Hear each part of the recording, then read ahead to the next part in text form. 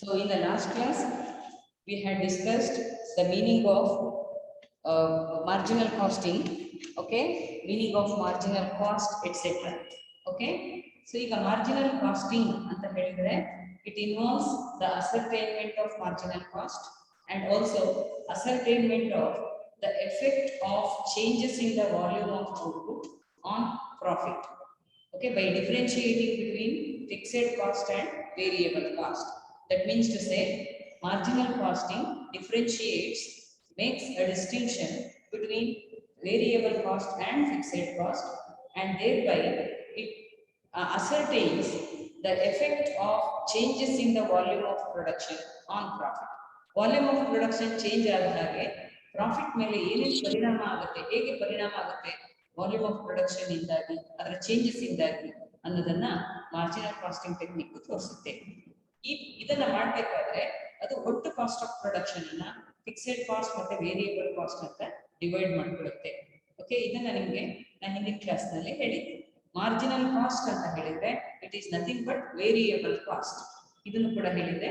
Okay, variable cost ಅಂತ ಹೇಳಿದಾಗ ನಿಮ್ಗೆ ಗೊತ್ತಾಗಬೇಕು, variable cost or marginal cost is equal to prime cost plus variable overheads. Prime cost includes direct material cost, direct labor cost, direct expenses, and in addition to this prime cost, you have to add variable indirect expenses, variable overheads. This will give you the total marginal costs or total variable costs. Okay, Ega, let us discuss the features or characteristics of marginal costing technique. The first important feature of marginal costing is that it is not a method of costing, but it is a technique of costing.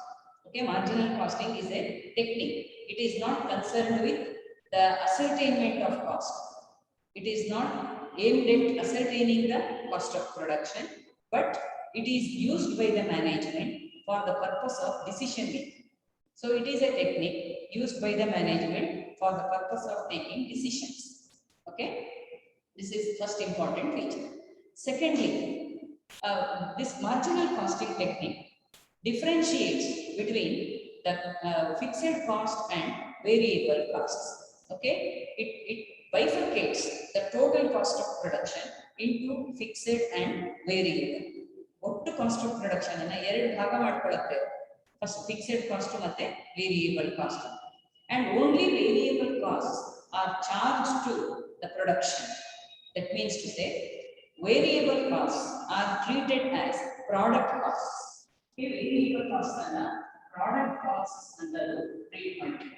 So by calculating the cost of production or by taking the decisions, it takes into account the variable costs only. Only variable costs are charged to production. Okay, and these variable costs, this is because the variable costs change according to change in the volume of output. Volume of output ಅಥವಾ number of units produced ಏನಿದೆ ಅದನ್ನ ನೀವು 1 unit ಜಾಸ್ತಿ ಮಾಡಿದ್ರೆ ಅಥವಾ 1 unit ಕಡಿಮೆ ಮಾಡಿದ್ರು ಕೂಡ ವೇರಿಯಬಲ್ ಕಾಸ್ಟ್ ಅಲ್ಲಿ ಬದಲಾವಣೆ ಆಗುತ್ತೆ. ಇದು ನಿಮಗೆ ಗೊತ್ತಿದೆ. ಹಾಗಾಗಿ variable cost volume of production ಗೆ ಸರಿಯಾಗಿ ಅನುಗುಣವಾಗಿ ಬದಲಾಗೋದ್ರಿಂದ ನಾವು ಅದನ್ನ ಪ್ರಾಡಕ್ಟ್ ಕಾಸ್ಟ್ ಅಂತ ಕರಿತೀವಿ. ಆದರೆ ಫಿಕ್ಸೆಡ್ ಕಾಸ್ಟ್ ಅನ್ನ ನಾವು ಪ್ರಾಡಕ್ಟ್ ಕಾಸ್ಟ್ ಅಂತ ಕರೆಯಲ್ಲ. ಇಲ್ಲಿ fixed cost are considered as period cost.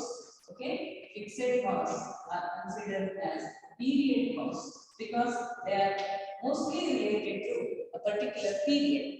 Okay, ಅದು ಟೈಮ್ ರಿಲೇಟೆಡ್ ಕಾಸ್ಟ್ ಆಗಿರುತ್ತೆ. ಹಾಗಾಗಿ ಅದು ವಾಲ್ಯೂಮ್ ಆಫ್ ಪ್ರೊಡಕ್ಷನ್ ಚೇಂಜ್ ಆದ್ರೂ ಕೂಡ ಫಿಕ್ಸೆಡ್ ಕಾಸ್ಟ್ ಚೇಂಜ್ ಆಗಲ್ಲ ಅನ್ನೋದು ನಿಮ್ಗೆ ಗೊತ್ತಿದೆ. ಹಾಗಾಗಿ ಫಿಕ್ಸೆಡ್ ಕಾಸ್ಟ್ ಅನ್ನ ನಾವು ಪ್ರಾಡಕ್ಟ್ ಕಾಸ್ಟ್ ಅಂತ ಕರೆಯಲ್ಲ, ಪೀರಿಯಡ್ ಕಾಸ್ಟ್ ಅಂತ ಕರಿತೀವಿ. Because they are mostly related to time. Okay, so ಈಗ ಸೆಕೆಂಡ್ ಇಂಪಾರ್ಟೆಂಟ್ ಫೀಚರ್ ಏನು ಅಂತ ಹೇಳಿದ್ರೆ, only variable cost are considered for the purpose of taking decisions and these variable costs are considered as product costs because they change with the change in the volume of production. They change proportionately with the change in the volume of production. Okay, this is the second important feature. But as you know, per unit variable cost remains constant. Total variable cost changes proportionately with the change in the volume of production, but per unit variable cost remains the same. Okay, per unit cost variable cost change agada. This is the second important feature. And thirdly, marginal costing guides the decision making by the management on the basis of contribution. Okay, contribution is an important concept underlying marginal costing technique. Okay, so contribution basis ಮೇಲೆ ನಾವು ಎಲ್ಲಾ decisions ಅನ್ನ ಇಲ್ಲಿ ತಗೊಳ್ತೀವಿ. ಹಾಗಾದ್ರೆ what do you mean by contribution? Contribution ಅಂದ್ರೆ ಏನು? ತುಂಬಾ ಇಂಪಾರ್ಟೆಂಟ್ ಕಾನ್ಸೆಪ್ಟ್ ಇದೆ. Contribution is equal to the excess of sales over the variable cost. Excess of cost over, sorry, excess of sales over variable costs. The difference between sales and variable cost is known as contribution. Okay, and any decision or all decisions under marginal costing technique will be taken on the basis of this contribution. ಈಗ sales 10 lakhs ಇದೆ ಅಂತ ತಿಳ್ಕೊಳ್ಳೋಣ. Okay, variable cost 6 lakhs ಇದೆ ಅಂತ ತಿಳ್ಕೊಳ್ಳೋಣ. 10 lakhs minus 6 lakhs, that is equal to 4 lakhs ಏನಿದೆ ಅದನ್ನ ನಾವು ಕಾಂಟ್ರಿಬ್ಯೂಷನ್ ಅಂತ ಕರಿತೀವಿ. ಓಕೆ, ಈ ಕಾಂಟ್ರಿಬ್ಯೂಷನ್ ಅಂತ ಹೇಳಿದ್ರೆ this is the gross income or it is also called as marginal income. Okay, contribution is also called as marginal income ಅಥವಾ gross income ಅಂತ ಹೇಳ್ತೀವಿ. ಈ ಗ್ರಾಸ್ ಇನ್ಕಮ್ ಅನ್ನ ಫೈಂಡ್ ಔಟ್ ಮಾಡ್ಕೊಳ್ತೀವಿ. ಓಕೆ, ಯಾವುದೇ ಡಿಸಿಷನ್ ತಗೊಳ್ಬೇಕಾದ್ರೂ ಕೂಡ ಈ ಗ್ರಾಸ್ ಇನ್ಕಮ್ ಅನ್ನ ಫೈಂಡ್ ಔಟ್ ಮಾಡಿಕೊಂಡು ಅದರ ಬೇಸಿಸ್ ಮೇಲೆ ಡಿಸಿಷನ್ಸ್ ಅನ್ನ ತಗೊಳ್ತೀವಿ. This is an important feature of marginal costing technique. And fourth one, the stock of finished goods and stock of work in progress under marginal costing is valued at marginal cost only. Okay, so stock valuation is made on the basis of variable costs or marginal costs only. We do not take into account fixed costs at the time of valuation of stock. ಸಾಮಾನ್ಯವಾಗಿ ನೀವು ಇಲ್ಲಿ ತನಕ ಮಾಡ್ಕೊಂಡು ಬಂದಿದ್ರಲ್ಲ casting methods, process casting ಆಗಲಿ, contract casting ಆಗಲಿ, ಅಥವಾ job casting ಆಗಲಿ, ಅಥವಾ ಯೂನಿಟ್ ಕಾಸ್ಟಿಂಗ್ ಮೆಥಡ್ ಆಗಲಿ, ಯಾವುದೇ ಮೆಥಡ್ ಆಫ್ ಕಾಸ್ಟಿಂಗ್ ಅಲ್ಲಿ ಕೂಡ ನೀವು ಮಾಡ್ತಾ ಇದ್ರಲ್ಲ, ಆ ಮೆಥಡ್ಸ್ ಅಲ್ಲಿ ಸ್ಟಾಕ್ ವ್ಯಾಲ್ಯೂಯೇಷನ್ ಮಾಡ್ಬೇಕಾದ್ರೆ ನೀವು ಟೋಟಲ್ ಕಾಸ್ಟ್ ತಗೊಂಡು ಸ್ಟಾಕ್ ವ್ಯಾಲ್ಯೂಯೇಷನ್ ಅನ್ನ ಮಾಡ್ತಾ ಇದ್ರಿ. ಪರ್ ಯೂನಿಟ್ ಟೋಟಲ್ ಕಾಸ್ಟ್ ಏನಾಯ್ತು ನೋಡ್ಕೊಂಡು into number of units in closing stock ಮಾಡ್ತಾ ಇದ್ರಿ. So you had taken into account all the expenses incurred with respect to the production of a certain product. Total cost ಅನ್ನು ತಗೊಳ್ತಾ ಇದ್ರಿ. ಆದರೆ marginal costing technique ನಲ್ಲಿ instead of taking into account the total cost of the product, you have to take into consideration only the marginal cost of the product. ಇಲ್ಲಿ total cost ಅನ್ನು ನಾವು ಲೆಕ್ಕಕ್ಕೆ ತಗೊಳ್ಳಲ್ಲ, ಮಾರ್ಜಿನಲ್ ಕಾಸ್ಟ್ ಅನ್ನು ತಗೊಂಡು, marginal cost ಅಂದ್ರೆ variable cost, variable cost ಅನ್ನು ಮಾತ್ರ ತಗೊಂಡು ಸ್ಟಾಕ್ ವ್ಯಾಲ್ಯೂಯೇಷನ್ ಅನ್ನು ಮಾಡ್ತೀವಿ. Okay, fixed cost are ignored in the valuation of stock. ಇದು ನಿಮಗೆ ಗೊತ್ತಿರಬೇಕು. Okay, so this is an important feature of marginal costing technique. Stock is valued at marginal costs only or variable costs only. Next important feature is that fixed costs are charged against the contribution. Okay, in contribution ಏನಿದೆ, ಈ contribution ನಲ್ಲಿ ನಾವು fixed cost ಅನ್ನು minus ಮಾಡ್ತೀವಿ. Okay, contribution minus fixed cost ಅಂತ ಮಾಡ್ತೀವಿ. ಅಂದ್ರೆ the fixed cost of the particular year are charged against the contribution of that period only. ಈ ವರ್ಷದ ಎಲ್ಲಾ ಫಿಕ್ಸೆಡ್ ಕಾಸ್ಟ್ ಅನ್ನು ಈ ವರ್ಷದ ಕಾಂಟ್ರಿಬ್ಯೂಷನ್ ಏನಿದೆ ಅದರಲ್ಲೇ ನಾವು ಡಿಡಕ್ಟ್ ಮಾಡ್ತೀವಿ, ಅದಕ್ಕೆ ಚಾರ್ಜ್ ಮಾಡ್ತೀವಿ. ಓಕೆ, ಆಮೇಲೆ ಏನು ಬರುತ್ತೆ, ಆ ಡಿಫರೆನ್ಸ್ ಅನ್ನ ಪ್ರಾಫಿಟ್ ಅಂತ ಕರಿತೀವಿ. ಓಕೆ, ಸೊ ಕಾಂಟ್ರಿಬ್ಯೂಷನ್ ಅಲ್ಲಿ ಫಿಕ್ಸೆಡ್ ಕಾಸ್ಟ್ ಕಳೆದ್ರೆ ನಿಮಗೆ ಪ್ರಾಫಿಟ್ ಸಿಗುತ್ತೆ. ಅಕಸ್ಮಾತ್ ಆಗಿ ಫಿಕ್ಸೆಡ್ ಕಾಸ್ಟ್ ಕಾಂಟ್ರಿಬ್ಯೂಷನ್ ಗಿಂತ ಜಾಸ್ತಿ ಇದ್ರೆ ಆಗ ನಿಮಗೆ ಲಾಸ್ ಬರುತ್ತೆ. Okay, you will get either profit or loss. Fixed cost ಜಾಸ್ತಿ ಇದ್ದು ಕಾಂಟ್ರಿಬ್ಯೂಷನ್ ಕಡಿಮೆ ಇದ್ರೆ ಲಾಸ್ ಬರುತ್ತೆ. ಕಾಂಟ್ರಿಬ್ಯೂಷನ್ ಜಾಸ್ತಿ ಇದ್ದು ಫಿಕ್ಸೆಡ್ ಕಾಸ್ಟ್ ಕಡಿಮೆ ಇದ್ರೆ ಆಗ ಪ್ರಾಫಿಟ್ ಬರುತ್ತೆ. ಓಕೆ, ಇದು ನಿಮ್ಗೆ ಗೊತ್ತಾಗುತ್ತೆ, ಪ್ರಾಬ್ಲಮ್ ಮಾಡ್ತಾ ಮಾಡ್ತಾ ನಿಮ್ಗೆ ಇದೆಲ್ಲ ಗೊತ್ತಾಗುತ್ತೆ. ಸೊ ಈಗ ನೀವು ಇಷ್ಟೇ ತಿಳ್ಕೊಳ್ಬೇಕಾಗಿತ್ತು, fixed cost are not charge to the cost of production.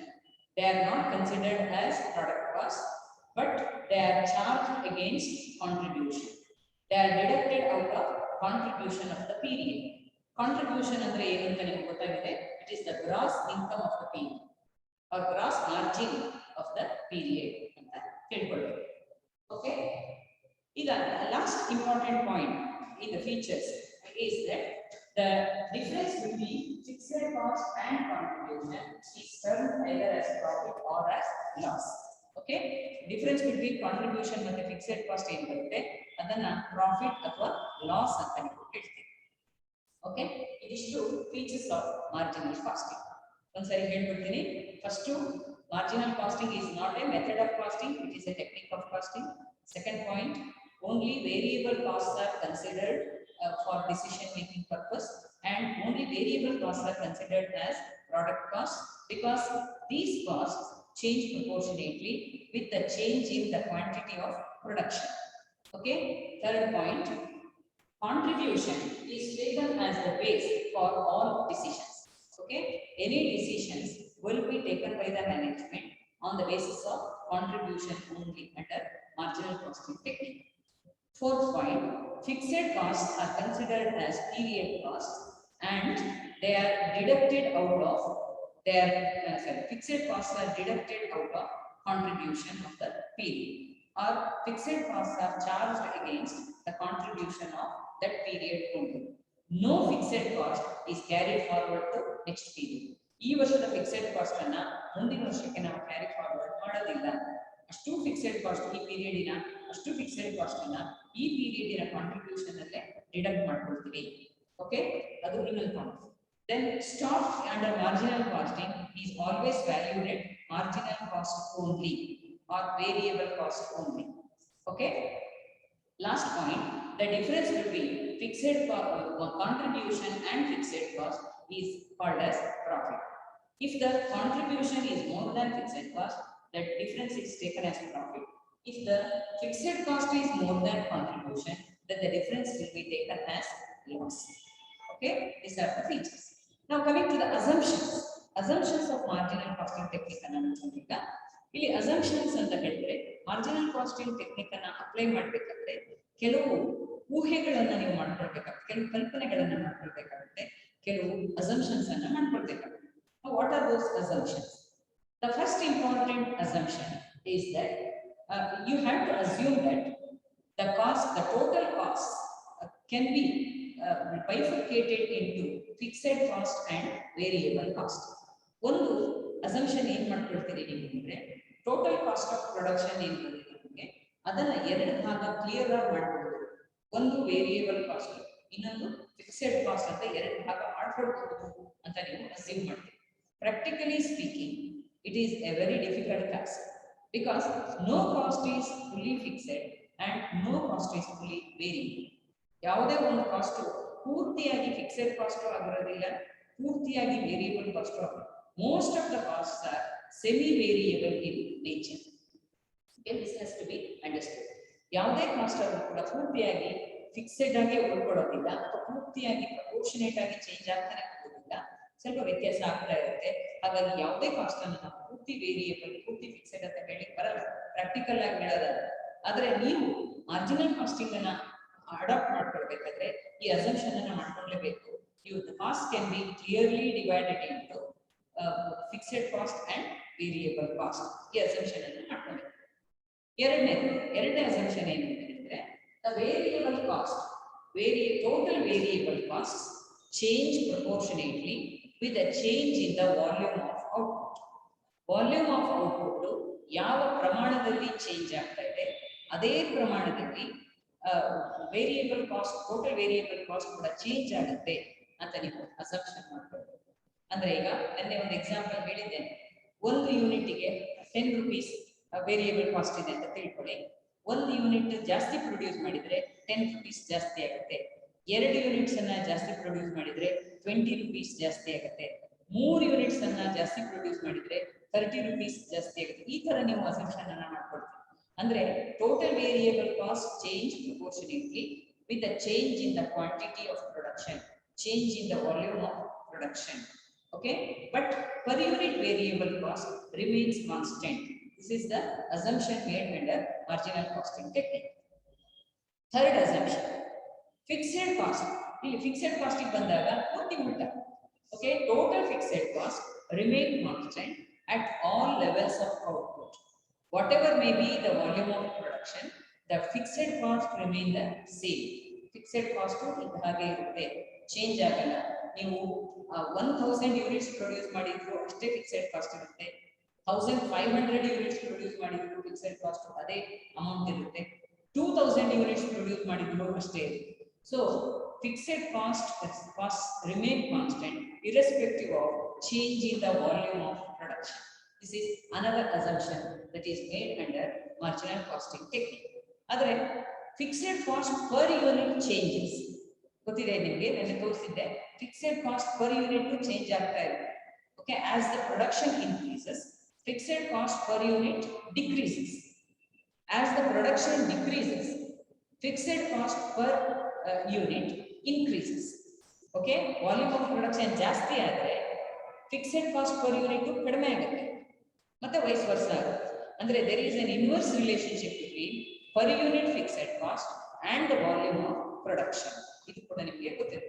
This is third assumption made under marginal costing technique.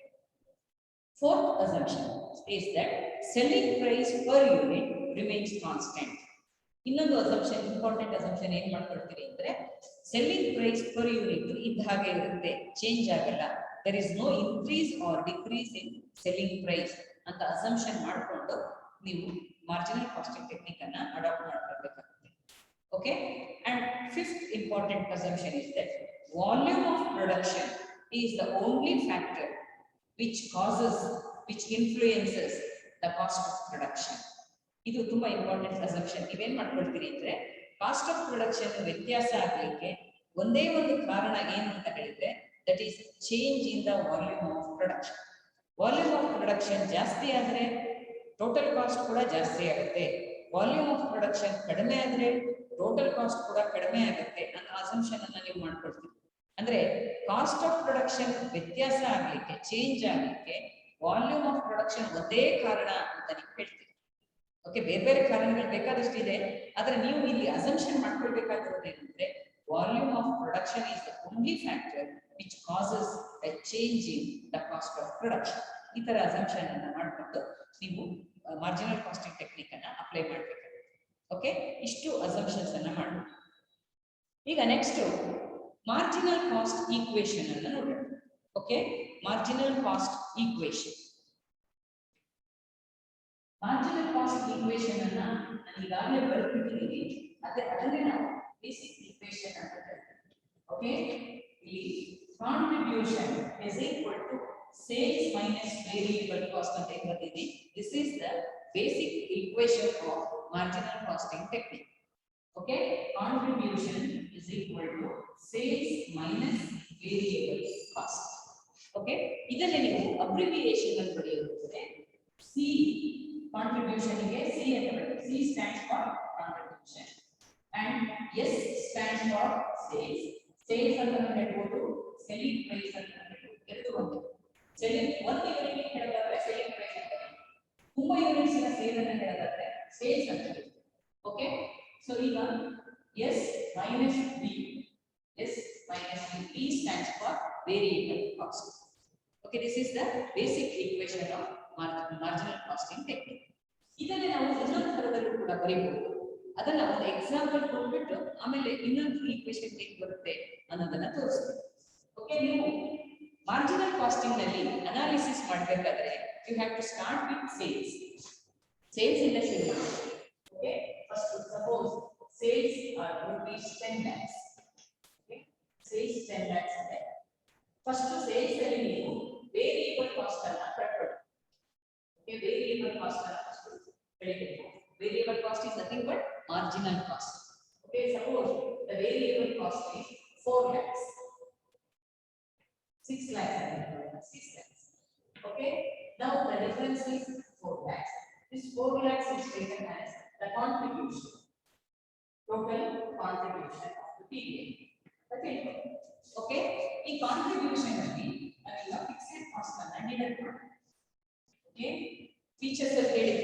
all the fixed costs of the period are charged against contribution. Suppose fixed cost is rupees 2,50,000. ಈಗ minus ಮಾಡಿ, ಈಗ ಎಷ್ಟು ಬಂತು 1,50,000 ಬರ್ತದ. ಇದನ್ನ profit ಅಂತ ಕರೀತೀವಿ. ಹೀಗೆ ನೀವು ಇದೇ ಪ್ರೊಸೀಜರ್ ನಲ್ಲಿ ಮಾರ್ಜಿನಲ್ ಕಾಸ್ಟಿಂಗ್ ಟೆಕ್ನಿಕ್ ಅನ್ನ ಮಾಡಬೇಕಾಗುತ್ತೆ. ಓಕೆ, ಸೊ ಫಸ್ಟ್ ಸೇಲ್ಸ್ ಇಂದ ಶುರು ಮಾಡ್ಕೊಳ್ಬೇಕು. ಅದರಲ್ಲಿ ಮೊದಲು ವೇರಿಯಬಲ್ ಕಾಸ್ಟ್ ಅನ್ನ ತೆಗೆದುಕೊಂಡು ಕಾಂಟ್ರಿಬ್ಯೂಷನ್ ಅನ್ನ ಸೈಡ್ ಮಾಡಬೇಕು. ಓಕೆ, ಕಾಂಟ್ರಿಬ್ಯೂಷನ್ ಅಲ್ಲಿ ಫಿಕ್ಸೆಡ್ ಕಾಸ್ಟ್ ಅನ್ನ ಮೈನಸ್ ಮಾಡಬೇಕು. ಹಾಗೇನು ಬರುತ್ತೆ ಅದನ್ನ ಪ್ರಾಫಿಟ್ ಅಥವಾ ಲಾಸ್ ಅಂತ ಹೇಳ್ತೀವಿ. ಓಕೆ, ಈಗ ನೋಡ್ಕೊಳ್ಳಿ, ಇಲ್ಲಿ ಇದನ್ನ ನಾವು ಇನ್ನೊಂದು ತರ ಹೇಳ್ತೀವಿ. ನಾನು ಆಗಲೇ ಬಂದಿನಲ್ಲಿ ಈಕ್ವೇಷನ್ ನೋಡ್ಕೊಳ್ಳಿ. ಈ ಕಾಂಟ್ರಿಬ್ಯೂಷನ್ ಅಂದ್ರೆ ಏನು? ಸಿ ಅಂತ ಬರ್ತಿದ್ದೀನಿ. Okay, C is equal to S minus V. C ಬರಬೇಕಾದ್ರೆ ಏನ್ ಮಾಡಬೇಕು? ಸೇಲ್ಸ್ ಅಲ್ಲಿ ವೇರಿಯಬಲ್ ಕಾಸ್ಟ್ ಅನ್ನ ಮೈನಸ್ ಮಾಡಬೇಕು. ಅದನ್ನ ಇನ್ನೊಂದು ತರನೂ ಮಾಡಬಹುದು. ಈ ಕಡೆಯಿಂದ ಹೋಗ್ಬೋದು. You can arrive at this 4 lakhs by going this way. Okay, ಈ ತರದಲ್ಲಿ ಹೋದ್ರೆ ಏನ್ ಮಾಡಬೇಕು? Contribution is equal to fixed cost plus profit. ಇವೆರಡನ್ನ ಆಡ್ ಮಾಡಿ 2,50,000 plus 1,50,000 you get 4 lakhs. So you can also calculate contribution by taking into account fixed cost and profit. Fixed cost plus profit is equal to contribution. So C can also be written like this: F plus P. Fixed cost plus profit. ಅರ್ಥ ಆಗ್ತಾ ಇದೆಯಾ? Yes, ma'am. Okay. So C is equal to F plus P. Okay, ಅಕಸ್ಮಾತ್ fixed cost ಜಾಸ್ತಿ ಇತ್ತು ಅಂತ ತಿಳ್ಕೊಳ್ಳಿ. It is rupees 4,50,000 ಅಂತ ತಿಳ್ಕೊಳ್ಳಿ. ಈಗ ಏನಾಯ್ತು? ನಿಮಗೆ ಲಾಸ್ ಯಾಕೆಂದ್ರೆ ಕಾಂಟ್ರಿಬ್ಯೂಷನ್ ಇಲ್ಲ, ಕಾಸ್ಟ್ ಜಾಸ್ತಿ ಇದೆ. ಇದು ಇನ್ಕಮ್ಗಿಂತ ಕಾಸ್ಟ್ ಜಾಸ್ತಿ ಇದೆ. 50,000 rupees ಎಕ್ಸೆಸ್ ಕಾಸ್ಟ್ ಇದೆ. ಹಾಗಾಗಿ ಇದನ್ನ ನೀವು ಲಾಸ್ ಅಂತ ಕರೀತೀವಿ. ಈಗ ಲಾಸ್ ಬಂದ್ರೆ ಹೌ ಟು ಕ್ಯಾಲ್ಕುಲೇಟ್ ಕಾಂಟ್ರಿಬ್ಯೂಷನ್? ಹೇಗೆ ಮಾಡಬೇಕು?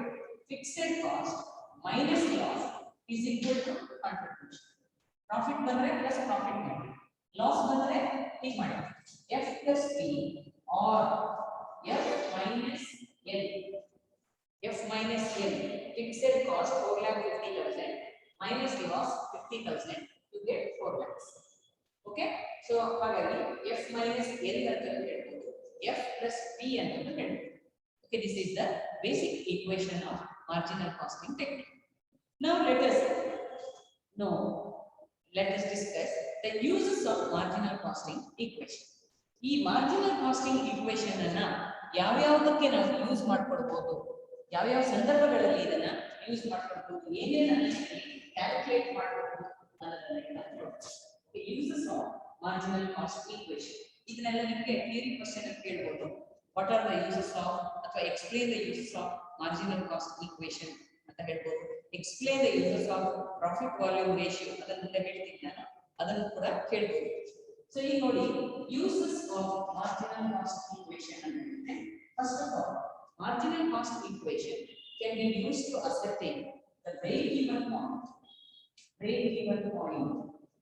Okay, BEP ಇದನ್ನ ಶಾರ್ಟ್ ಫಾರ್ಮ್ ಅಲ್ಲಿ break-even point ಅನ್ನ ಫೈಂಡ್ ಔಟ್ ಮಾಡೋಕೆ ನಾವು ಮಾರ್ಜಿನಲ್ ಕಾಸ್ಟ್ ಈಕ್ವೇಷನ್ ಅನ್ನ ಉಪಯೋಗಿಸಬಹುದು. What do you mean by break-even point? It is that volume of sales at which there is no profit, no loss. ಯಾವ volume of sales ಅಲ್ಲಿ, ಯಾವ quantity of sales ಅಲ್ಲಿ ನಮಗೆ profit ಬರೋದಿಲ್ಲ, loss ಆಗೋದಿಲ್ಲ ಅಂತ ಇರುತ್ತೆ, ಆ ವಾಲ್ಯೂಮ್ ಆಫ್ ಸೇಲ್ಸ್ ಅನ್ನು ನಾವು ಬ್ರೇಕ್-ಇವನ್ ಪಾಯಿಂಟ್ ಅಂತ ಕರಿತೀವಿ. ಅಂದ್ರೆ ಎಷ್ಟು ಯೂನಿಟ್ಸ್ ಅನ್ನ ಸೇಲ್ ಮಾಡಿದ್ರೆ ನೀವು no profit no loss position ಇರ್ತೀರಿ ಅನ್ನೋದನ್ನ ಕ್ಯಾಲ್ಕುಲೇಟ್ ಮಾಡ್ಕೊಳ್ತೀವಿ. With the help of marginal costing equation you can calculate that volume of sales at which there is no profit or no loss. ಇದನ್ನ ಹೇಗೆ calculate ಮಾಡ್ತೀವಿ ಅಂದ್ರೆ, break even point ಅನ್ನ units ಅಲ್ಲಿ, answer ಅನ್ನ ಯೂನಿಟ್ಸ್ ಅಲ್ಲಿ calculate ಮಾಡ್ಕೊಳ್ಳೋದಾದ್ರೆ, number of units ಅಲ್ಲಿ ಕ್ಯಾಲ್ಕುಲೇಟ್ ಮಾಡೋದಾದ್ರೆ ಹೀಗೆ formula: fixed cost divided by contribution per unit. Fixed cost divided by contribution per unit ಅಂತ. ಓಕೆ, ಸೊ ಈಗ ಕಾಂಟ್ರಿಬ್ಯೂಷನ್ ಈಕ್ವೇಶನ್ ನಾವು ಈಗ ಬೇಸಿಕ್ ಈಕ್ವೇಶನ್ ಅಂತ ಕರಿತಾ ಇದ್ದೀವಿ.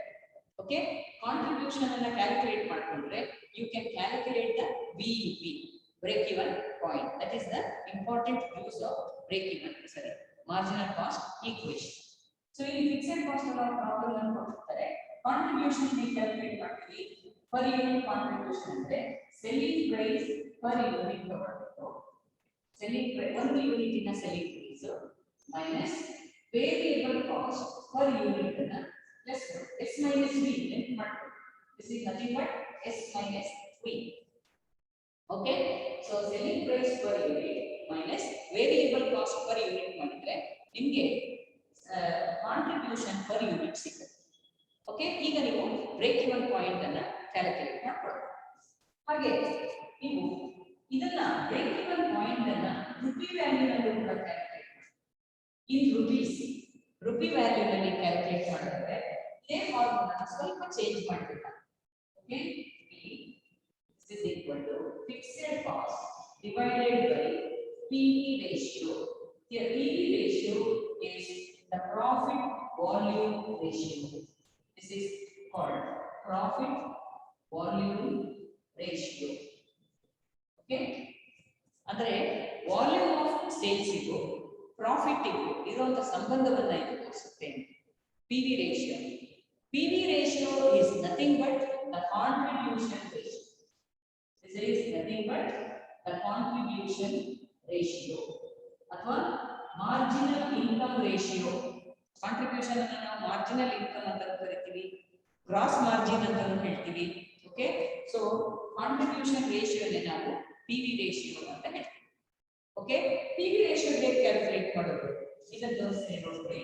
PV ratio is equal to contribution divided by sales into 100. C divided by S into 100.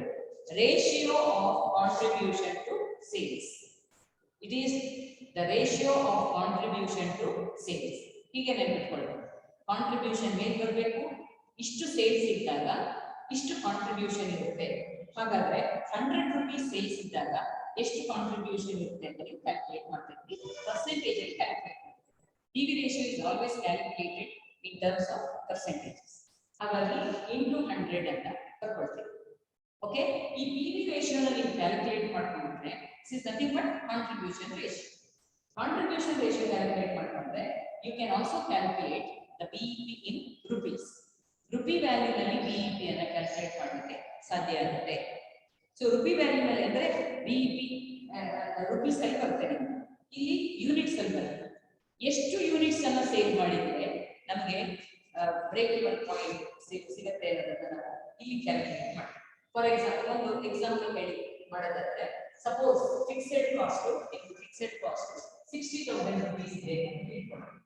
Okay, fixed cost is 50,000 and selling price per unit is 10 rupees ಅಂತ ಇಟ್ಕೊಳ್ಳಿ. per unit selling price 10 rupees. per unit variable cost is rupees 4 ಅಂತ ಇಟ್ಕೊಳ್ಳೋಣ.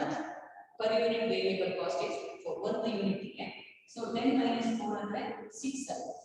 okay, so 60,000 divided by 6 ಅಂತ ಮಾಡಿದ್ರೆ you get 10,000. ಅಂದ್ರೆ 10,000 units ಅಂತ. 10,000 units ಅಂದ್ರೆ ಏನಂತ, 10,000 ಯೂನಿಟ್ಸ್ ಅನ್ನ ನೀವು ಸೇಲ್ ಮಾಡಿದ್ರೆ you will attain that point where there is no profit or no loss. ಇಷ್ಟು ಯೂನಿಟ್ಸ್ ಅನ್ನ ಸೇಲ್ ಮಾಡಿದ್ರೆ ನಿಮಗೆ ಪ್ರಾಫಿಟ್ ಆಗಲ್ಲ, ಲಾಸ್ ಆಗಲ್ಲ ಅನ್ನೋದನ್ನು ತೋರಿಸ್ತಾ ಇದೆ.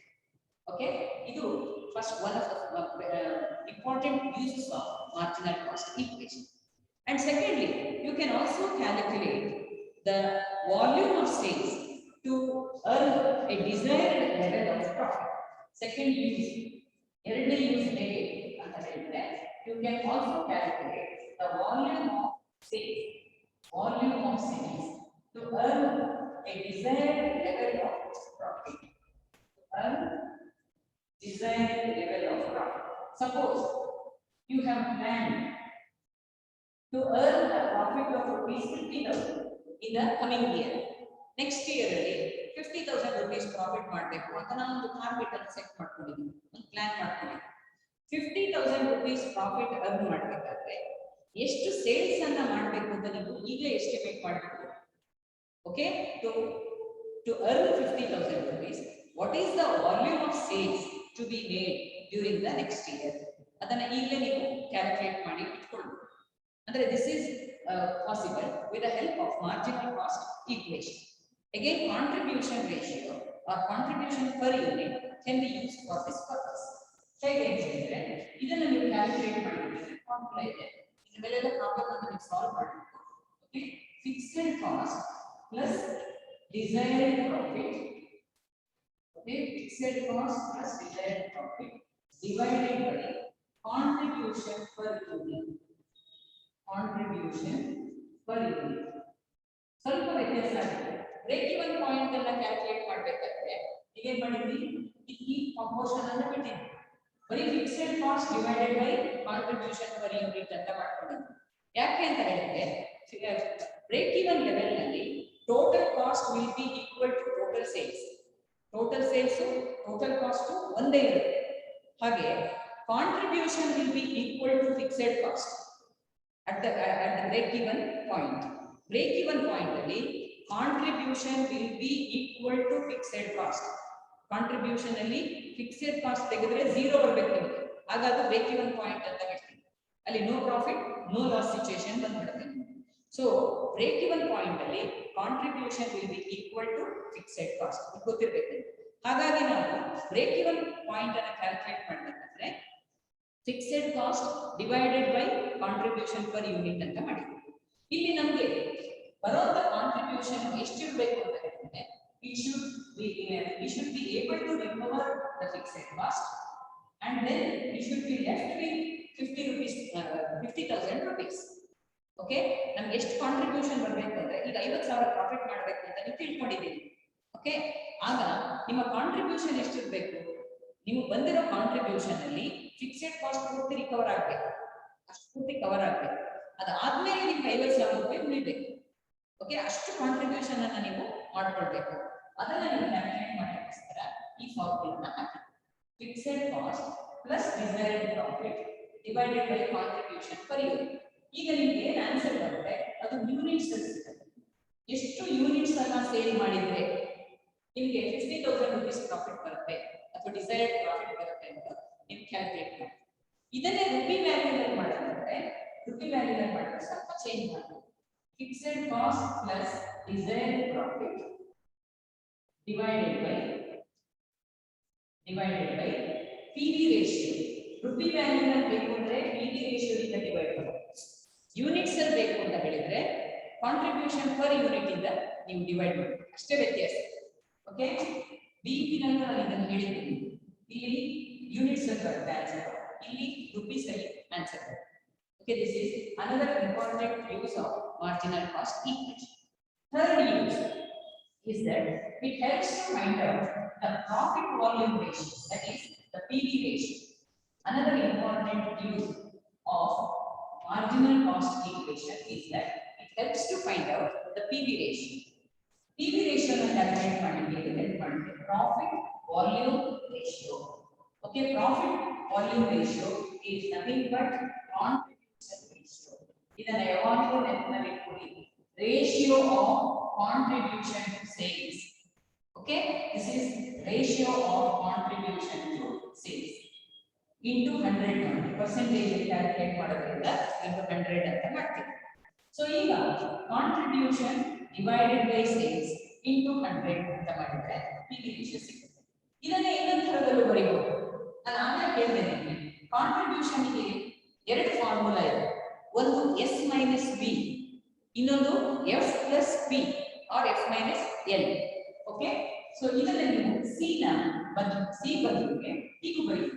S minus P divided by S into 100. C is nothing but sales minus variable cost. ಅದನ್ನೇ ಬದಲಿದ್ದೀವಿ. ಓಕೆ, C ಅನ್ನ ನೀವು ಕ್ಯಾಲ್ಕುಲೇಟ್ ಮಾಡ್ತೀರಿ. ಸೇಲ್ಸ್ ಅಲ್ಲಿ ವೇರಿಯಬಲ್ ಕಾಸ್ಟ್ ತೆಗೆದ್ರೆ C ಸಿಗುತ್ತೆ. ಹಾಗಾಗಿ S minus P ಅಂತ ಬರುತ್ತೆ, C ಅಂತ ಬರುತ್ತೆ ಒಂದೇ. ಅಥವಾ ಹೀಗೆ ಬರೆಯಬಹುದು. C can also be found out by applying another formula, F plus P or F minus L divided by S into 100. ಈಗ ಕೂಡ ಬರೀಬೇಕು. ಸಿ ಕ್ಯಾಲ್ಕುಲೇಟ್ ಮಾಡಲಿಕ್ಕೆ ಇನ್ನೊಂದು ಫಾರ್ಮುಲಾ ಏನಿದೆ, ಫಿಕ್ಸೆಡ್ ಕಾಸ್ಟ್ ಪ್ಲಸ್ ಪ್ರಾಫಿಟ್ ಅಥವಾ ಫಿಕ್ಸೆಡ್ ಕಾಸ್ಟ್ ಮೈನಸ್ ಲಾಸ್, ಅದನ್ನ ಮಾಡಿ divided by sales into 100 ಮಾಡಿದ್ರೆ ಸರಿ. ಈಗ ನೋಡಿ, ಇಲ್ಲಿ ಎಷ್ಟು ತಗೊಳ್ತೀರಾ, ಇಲ್ಲಿ ನೀವು ಪರ್ ಯೂನಿಟ್ ತಗೊಂಡಿದ್ರೆ ಇಲ್ಲೂ ಕೂಡ ಪರ್ ಯೂನಿಟ್ ತಗೊಳ್ಳಿ. ಇಲ್ಲಿ ಟೋಟಲ್ ಸೇಲ್ಸ್ ತಗೊಂಡಿದ್ರೆ ಇಲ್ಲೂ ಕೂಡ total sales minus total variable cost ಅಂತಾನೆ ಮಾಡ್ತೀವಿ. ಓಕೆ, ಎರಡು ಕಡೆ ಒಂದೇ ತರ ತಗೊಳ್ಬೇಕು.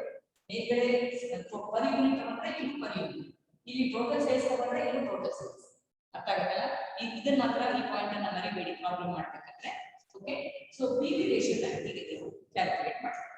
ಸಪೋಸ್ ಕೆಲವು ಸರಿ ನಿಮಗೆ ಈ ಯಾವ ಇನ್ಫಾರ್ಮೇಶನ್ ಇರಲ್ಲ, ಕಾಂಟ್ರಿಬ್ಯೂಷನ್ ಕ್ಯಾಲ್ಕುಲೇಟ್ ಮಾಡಲಿಕ್ಕೆ ಸಾಧ್ಯವೇ ಇಲ್ಲ, because no information is given about the contribution ಅಂತ ಹೇಳ್ತೀವಿ.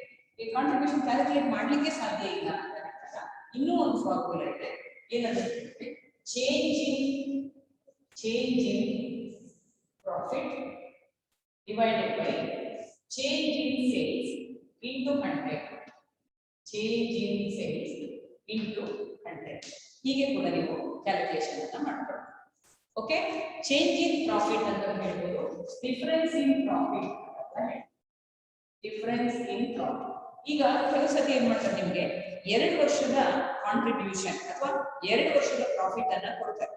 ಈ ಚೇಂಜ್ ಇನ್ ಪ್ರಾಫಿಟ್ ಅಂತ ಹೇಳ್ಬೋದು, ಚೇಂಜ್ ಇನ್ ಕಾಂಟ್ರಿಬ್ಯೂಷನ್ ಅಂತ ಹೇಳ್ಬೋದು. ಏನ್ ಕೊಟ್ಟಿರ್ತಾರೆ ಇನ್ಫಾರ್ಮೇಶನ್ ನೋಡ್ಕೊಂಡು ಬರ್ಕೊಳ್ಳಿ. ಓಕೆ, ಚೇಂಜ್ ಇನ್ ಪ್ರಾಫಿಟ್ ಅಂತ ಹೇಳಿದ್ರೆ difference between the profit of 2 years. 2 ವರ್ಷದ ಪ್ರಾಫಿಟ್ ಕೊಟ್ಟಿರ್ತಾರೆ, 2 ವರ್ಷದ ಸೇಲ್ಸ್ ಕೊಟ್ಟಿರ್ತಾರೆ, ಪಿ ವಿ ರೇಷಿಯೋ ಕ್ಯಾಲ್ಕುಲೇಟ್ ಮಾಡಿ ಅಂತ ಹೇಳ್ತಾರೆ. ಸಾಮಾನ್ಯ 5 ಮಾರ್ಕ್ಸ್ ಗಿಂತ ಪ್ರಾಬ್ಲಮ್ ಅನ್ನ ಕೇಳ್ತಾರೆ ನೀವು. ಓಕೆ, ಆ ಟೈಮ್ ಅಲ್ಲಿ ಏನ್ ಮಾಡ್ಬೇಕಂದ್ರೆ 2 ವರ್ಷದ ಸೇಲ್ಸ್ ಇನ ಡಿಫರೆನ್ಸ್ ತಗೊಳ್ಬೇಕು, ಅದು ಚೇಂಜ್ ಇನ್ ಸೇಲ್ಸ್. 2 ವರ್ಷದ ಪ್ರಾಫಿಟ್ ಇನ ಡಿಫರೆನ್ಸ್ ಅನ್ನ ತಗೊಳ್ಬೇಕು, ಅದು ಚೇಂಜ್ ಇನ್ ಪ್ರಾಫಿಟ್ ಆಗುತ್ತೆ. ಪ್ರಾಫಿಟ್ ಬದಲು ಕಾಂಟ್ರಿಬ್ಯೂಷನ್ ಕೊಟ್ಟಿದ್ರೆ ಚೇಂಜ್ ಇನ್ ಕಾಂಟ್ರಿಬ್ಯೂಷನ್ ತಗೊಳ್ಳಿ.